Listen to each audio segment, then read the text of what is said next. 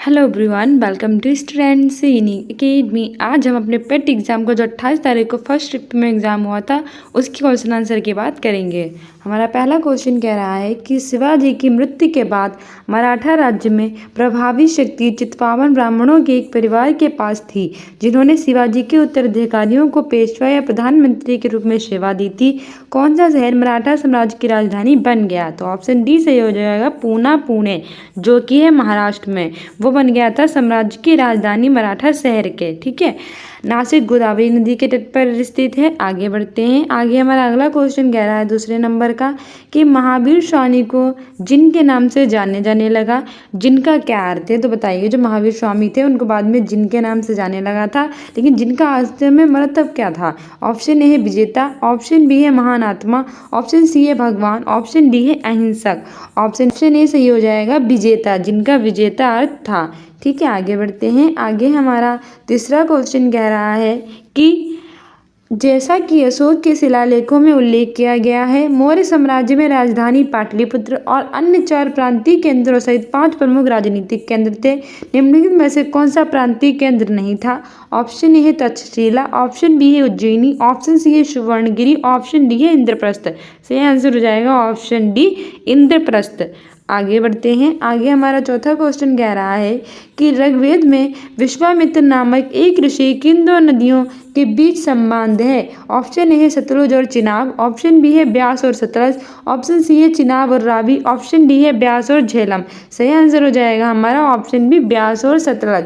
ऋग्वेद में विश्वामित्र नामक एक ऋषि किन 2 नदियों के बीच संबंध करते हैं, उन नदियों का नाम है ब्यास और सतलज। ठीक है, आगे बढ़ते हैं। आगे हमारा पांचवा क्वेश्चन कह रहा है कि 1722 में की सूबेदारी सवाई राजा जयसिंह को दी गई थी। ऑप्शन ए है आमेर, ऑप्शन बी है मालवा, ऑप्शन सी है लखनऊ, ऑप्शन डी है आगरा।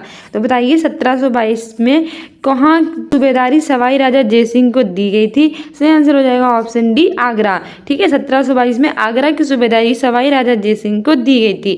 आगरा जो है वो उत्तर प्रदेश का एक शहर है। उत्तर प्रदेश में टोटल 75 जिले हैं। आगे बढ़ते हैं। आगे हमारा छठा क्वेश्चन कह रहा है कि निम्नलिखित में से किसने अपने सहयोगियों को ये महसूस कराने के लिए प्रेरित किया था कि संविधान सभा ब्रिटिश निर्मित थी और ब्रिटिश योजनाओं पर काम कर रही थी, जैसा कि ब्रिटिश चाहते थे कि इस पर काम किया जाए? तो सही आंसर हो जाएगा ऑप्शन बी सी, चक्रवर्ती राजगोपालाचारी। आगे हमारा 7वां क्वेश्चन कह रहा है कि चित्तरंजन दास और मोतीलाल नेहरू ने परिषद राजनीति में वापसी पर बहस करने के लिए कांग्रेस के भीतर निम्नलिखित में से किस राजनीतिक दल का गठन किया था? ऑप्शन बी हो जाएगा स्वराज पार्टी। 1923 में मोतीलाल नेहरू और चित्तरंजन दास ने स्वराज पार्टी का गठन किया था। अगला क्वेश्चन कह रहा है कि कांग्रेस का वह अधिवेशन कहाँ हुआ था जिसमें महात्मा गांधी ने अन्य नेताओं के खिलाफत के साथ साथ स्वराज के समर्थन में असहयोग आंदोलन शुरू करने की आवश्यकताओं के बारे में आश्वस्त किया था? ऑप्शन सी सही हो जाएगा, कलकत्ता।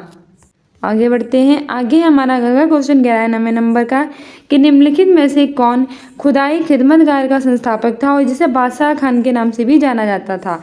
ऑप्शन ए है सैयद अहमद खान, ऑप्शन बी है हकीम अजमल खान, ऑप्शन सी है मौलाना अबुल कलाम आजाद, ऑप्शन डी है खान अब्दुल गफ्फार खान। सही आंसर हो जाएगा ऑप्शन डी, खान अब्दुल गफ्फार खान खुदाई खिदमतगार के संस्थापक थे और इन्हें बादशाह खान के नाम से भी जाना जाता था। 10वां क्वेश्चन कह रहा है कि 1913 में हिंदुस्तान गदर पार्टी का मुख्यालय कहाँ स्थित है? ऑप्शन है दिल्ली, ऑप्शन बी है लाहौर, ऑप्शन सी है कलकत्ता, ऑप्शन डी है सैन फ्रांसिस्को। सही आंसर हो जाएगा ऑप्शन डी, सैन फ्रांसिस्को। 1913 में गदर पार्टी की स्थापना लाला हरदयाल ने की थी सैन फ्रांसिस्को में। 11वां क्वेश्चन कह रहा है सिरोही सिरोए कुमुदनी लिली भारत के निम्नलिखित में से किस राज्य में पाई जाने वाली एकमात्र स्थलीय कुमुदनी लिली है? ऑप्शन ए है असम, ऑप्शन बी है पश्चिम बंगाल, ऑप्शन सी है मणिपुर, ऑप्शन डी है त्रिपुरा। सही आंसर हो जाएगा ऑप्शन सी, मणिपुर। आगे बढ़ते हैं। अगला क्वेश्चन कह रहा है कि उड़िया पठार भारत के निम्नलिखित में से किस राज्य में स्थित है? ऑप्शन ए है राजस्थान, ऑप्शन बी है मध्य प्रदेश, ऑप्शन सी है कर्नाटक, ऑप्शन डी है महाराष्ट्र। सही आंसर हो जाएगा ऑप्शन ए, राजस्थान। जो उड़िया पठार है भारत के राजस्थान में स्थित है। राजस्थान की कैपिटल है जयपुर। 153 जिले हैं। मध्य प्रदेश की है भोपाल, महाराष्ट्र की मुंबई, कर्नाटक की है बेंगलुरु। आगे बढ़ते हैं। आगे हमारा 13वां क्वेश्चन कह रहा है कि शीत ऋतु की शुरुआत में तमिलनाडु के तटीय क्षेत्रों में वर्षा का क्या कारण है? ऑप्शन ए है उत्तर पूर्व वर्षा ऋतु मानसून, ऑप्शन बी है स्थानीय वायु परिसंचरण, ऑप्शन सी है शीतोष्ण चक्रवात, ऑप्शन डी है दक्षिण पश्चिम वर्षा ऋतु मानसून।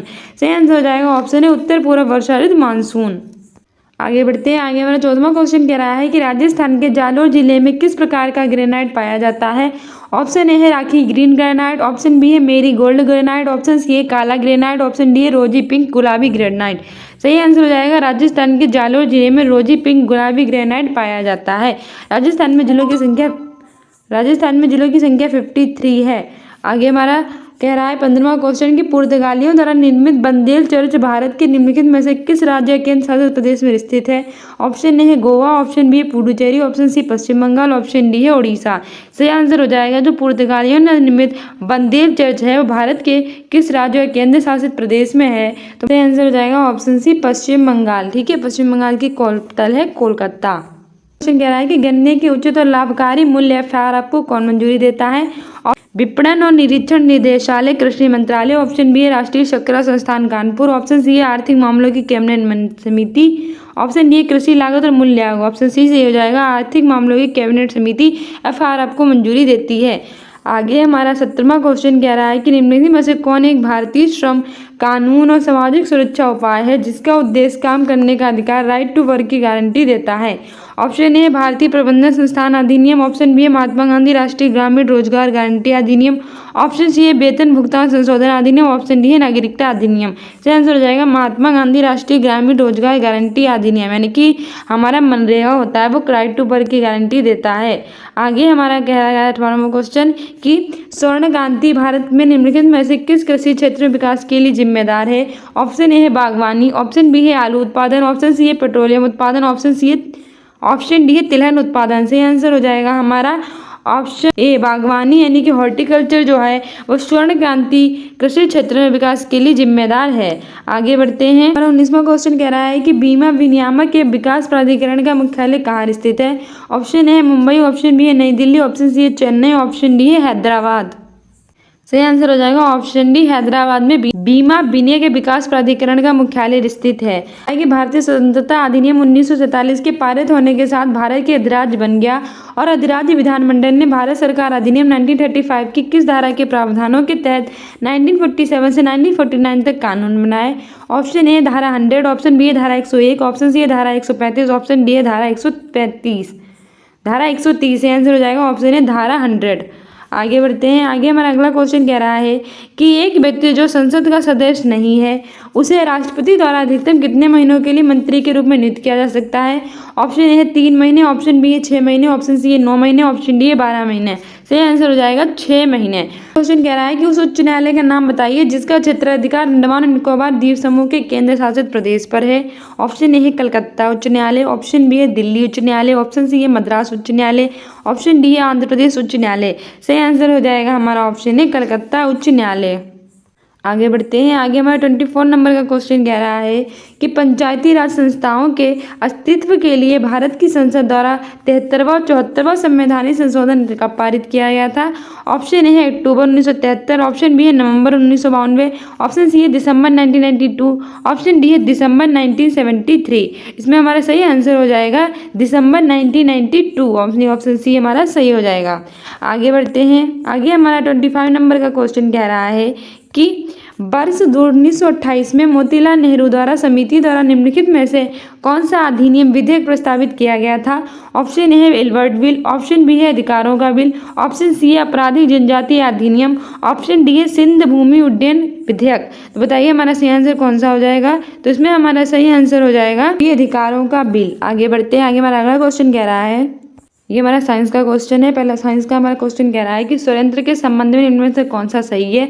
ऑप्शन ए इसमें स्वर रज्जु होते हैं, ऑप्शन बी है ये एक हड्डीदार बक्सा है, ऑप्शन सी है ये श्वास नली में आक्रमण करने वाले रोग जनकों को रोकता है, ऑप्शन डी है ये उपस्थिति से बना एक अंग है जो ग्रसनी और श्वास नली को जोड़ता है। तो हमारा सही आंसर हो जाएगा कि यह उपस्थिति से बना एक अंग है जो ग्रसनी और श्वास नली को जोड़ता है, यानी कि ऑप्शन डी हमारा बिल्कुल सही हो जाएगा।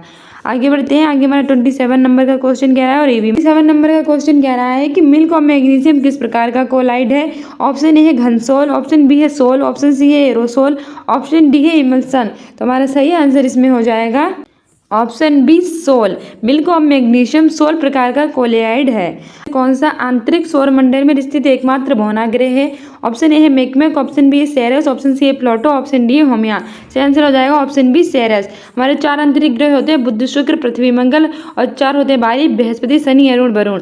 और आंतरिक सौरमंडल में स्थित एकमात्र भौनाग्रह पूछे तो वो सेरस है। आगे हमारा अगला क्वेश्चन कह रहा है कि बिछुआ नेटल की पत्तियों के चुभने वाले बालों में निम्नलिखित में से कौन सा अम्ल मौजूद होता है?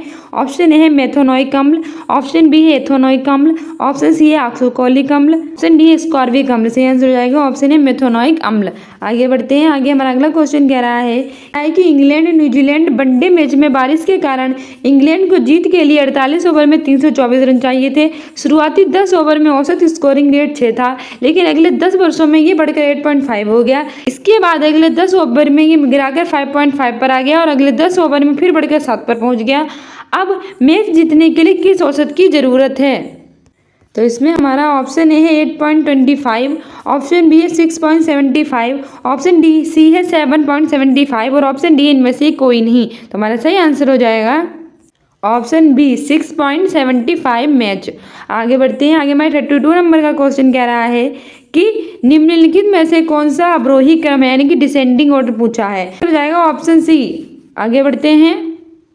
आगे हमारा जो 33 नंबर का क्वेश्चन है वो वर्गमूल से पूछा गया है, तो इसमें हमारा सही आंसर हो जाएगा ऑप्शन बी 0.34। आगे हमारा मान का क्वेश्चन है, तो इसमें आंसर डी हो जाएगा सही 10।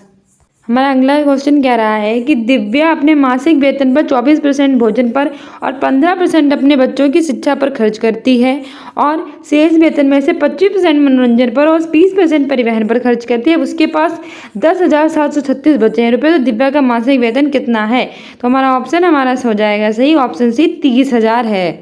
आगे बढ़ते हैं। आगे हमारा अगला क्वेश्चन कह रहा है कि निम्नलिखित में से किस विकल्प में विलोम युग्म सही नहीं है? ऑप्शन ए है ओचक अक्सर, ऑप्शन बी है डावाडोल आस्तर, ऑप्शन सी है झिड़कना पुचकारना, ऑप्शन डी है गाफिल खबरदार। तो हमारा सही आंसर हो जाएगा ऑप्शन बी डावाडोल आस्तर सही विलोम शब्द नहीं है।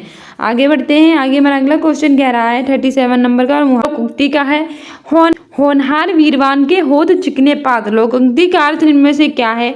ऑप्शन ए होनहार व्यक्ति सदा दिखावा करता है, ऑप्शन बी है होनहार व्यक्ति हमेशा दूसरों के दोष निकालता है, ऑप्शन सी है होनहार व्यक्ति बहुत ही परिश्रम करता है, ऑप्शन डी है होनहार व्यक्तियों की प्रतिभा बचपन में ही दिखाई दे जाती है। इसका आंसर हो जाएगा ऑप्शन डी। होनहार वीरवान के होठ चिकने पात की लोकोक्ति का अर्थ होता है कि होनहार व्यक्ति की प्रतिभा बचपन से ही दिखाई दे जाती है। 38 नंबर का क्वेश्चन कह रहा है कि निम्नलिखित में से किस विकल्प में सभी शब्द पुल्लिंग है? ऑप्शन ए संचार पालन गिब्रा, ऑप्शन बी है मनुष्यत्व बनावट रौनक, ऑप्शन सी है पतलून झल्लाहट अछूता, ऑप्शन डी है प्लेटफॉर्म प्राधिकरण गिरोह। तो हमारे इसमें सही आंसर हो जाएगा ऑप्शन डी प्लेटफॉर्म प्राधिकरण गिरोह सभी हमारे पुल्लिंग हैं। आगे हमारा 39 नंबर का क्वेश्चन कह रहा है कि निम्नलिखित में से किस विकल्प में शुद्ध वाक्य हैं? ऑप्शन ए है महादेवी छायावती कवयित्री हैं, ऑप्शन बी जब भी आप आओ मुझे मिले, ऑप्शन सी आपका दर्शन पाकर मैं धन्य हो गया, ऑप्शन डी रमा ने अपने भाई से पुस्तक पढ़ने को कहा। तो ऑप्शन डी सही हो जाएगा। बिल्कुल सही है कि रमा ने अपने भाई को पुस्तक पढ़ने को कहा। आगे हमारा 40वें नंबर का क्वेश्चन कह रहा है 40वां क्वेश्चन कह रहा है कि कलम के जादूगर किसे कहा गया है? ऑप्शन ए है मैथिली शरण गुप्त, ऑप्शन बी है सुमित्रानंदन पंत, ऑप्शन सी है रामबच्च बेनीपुरी, ऑप्शन डी है मुंशी प्रेमचंद। सही आंसर हो जाएगा ऑप्शन सी रामबच्च बेनीपुरी को कलम का जादूगर कहा गया है। 41 नंबर का क्वेश्चन कह रहा है कि choose the antonym for underlined word from the given option. He is very fastidious about his choice of food. Option A है केयरफुल, ऑप्शन बी है थॉटलेस, ऑप्शन सी है केयरलेस, ऑप्शन इंडिसेक्रेट। तो सही आंसर हो जाएगा ऑप्शन सी careless. आगे बढ़ते हैं। आगे हमारा 42 नंबर का क्वेश्चन कह रहा है कि put the correct form of the verb I am the person who to be blamed. Option A है यम, ऑप्शन बी है आर, ऑप्शन सी है एज, ऑप्शन डी है बर। सही आंसर हो जाएगा option C is. I am the person who is to be blamed. आगे हमारा अगला क्वेश्चन कह रहा है 43 नंबर का कि which of the following spelling is incorrect. Option A है जर्नी, ऑप्शन बी है मैच्योर, ऑप्शन सी है बेनिफिशियरी, ऑप्शन डी एनिवर्सरी। सही आंसर हो जाएगा एनिवर्सरी, क्योंकि एनिवर्सरी की स्पेलिंग होती है ANNIVERSARY, यानी कि यहाँ पे एक ही एन लगा तो ये गलत हो जाएगी। ऑप्शन डी सही हो जाएगा। आगे हमारा पैराग्राफ के क्वेश्चन आंसर है, तो पैराग्राफ पढ़ लेना। हम क्वेश्चन आंसर इसके करवा रहे हैं। 44 नंबर का हमारा पैराग्राफ का क्वेश्चन कह रहा है कि world's highest peaks are located in the, option A Shivalik range, option B Himadri range, option C middle Himalaya, option D है साउथ मोस्ट रेंज। सही आंसर हो जाएगा ऑप्शन हिमाद्री रेंज।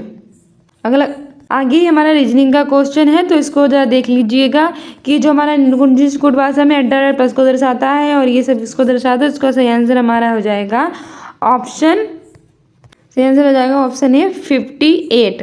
आगे बढ़ते हैं। आगे हमारा दूसरा क्वेश्चन कह रहा है कि संख्याओं के दिए गए क्रम में से गलत संख्या चुननी थी, तो हमारी आंसर हो जाएगा इसमें से ऑप्शन डी 6, 3, 4। आगे बढ़ते हैं। आगे हमारा अगला क्वेश्चन कह रहा है कि 17 जून 1998 को सप्ताह का कौन सा दिन था हमारे कैलेंडर से, तो ऑप्शन ए है सोमवार, ऑप्शन बी है गुरुवार, ऑप्शन सी है बुधवार, ऑप्शन डी है मंगलवार। जब इसे सॉल्व करेंगे तो ऑप्शन सी सही हो जाएगा बुधवार।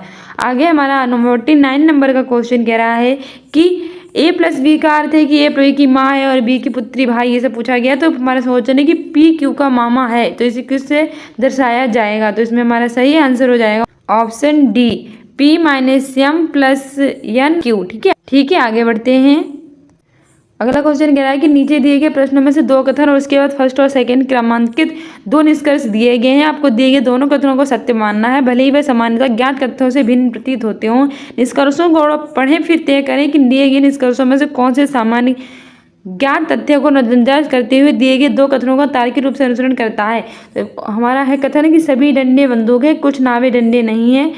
निष्कर्ष इसका सभी बंदूकें नाव है, ऑप्शन बी है कुछ नावें बंदूकें नहीं हैं। तो हमारा इसमें से केवल ये निष्करण करता है, दूसरा भी करता है, पहला दूसरा दोनों करते हैं कि कोई भी नहीं करता है, तो ऑप्शन डी के सही हो जाएगा, दोनों में से कोई भी नहीं करता है। आप इसे सॉल्व कर लीजिए। सो डियर स्टूडेंट्स, ये था हमारा यूपी ट्रिपल सी पेट 28 अक्टूबर की फर्स्ट शिफ्ट का पेपर। हमने 50 क्वेश्चन कराए हैं, पार्ट ए 50 क्वेश्चन हम कल कराएंगे। सो हमारे क्लास के साथ जुड़े रहिएगा। I hope you like this video. Like subscribe and share. Students unique academy को इंस्टाग्राम पे फॉलो कर लीजिए। कम्युनिटी पोस्ट में आंसर दिया कीजिए। रोज करंट अफेयर डालते हैं वो देखा कीजिए सुबह 10 बजे। आपको ये सारे पेपर भी सॉल्व कराएंगे। ठीक है, साथ ही हम आपके जो ग्राम पंचायत अधिकारी है उसकी तैयारी करवाने जा रहे हैं अपने इसी चैनल पे, तो अभी तक चैनल को सब्सक्राइब नहीं किया तो कर लीजिए। मिलते हैं अपने नेक्स्ट वीडियो में। Thank you, bye.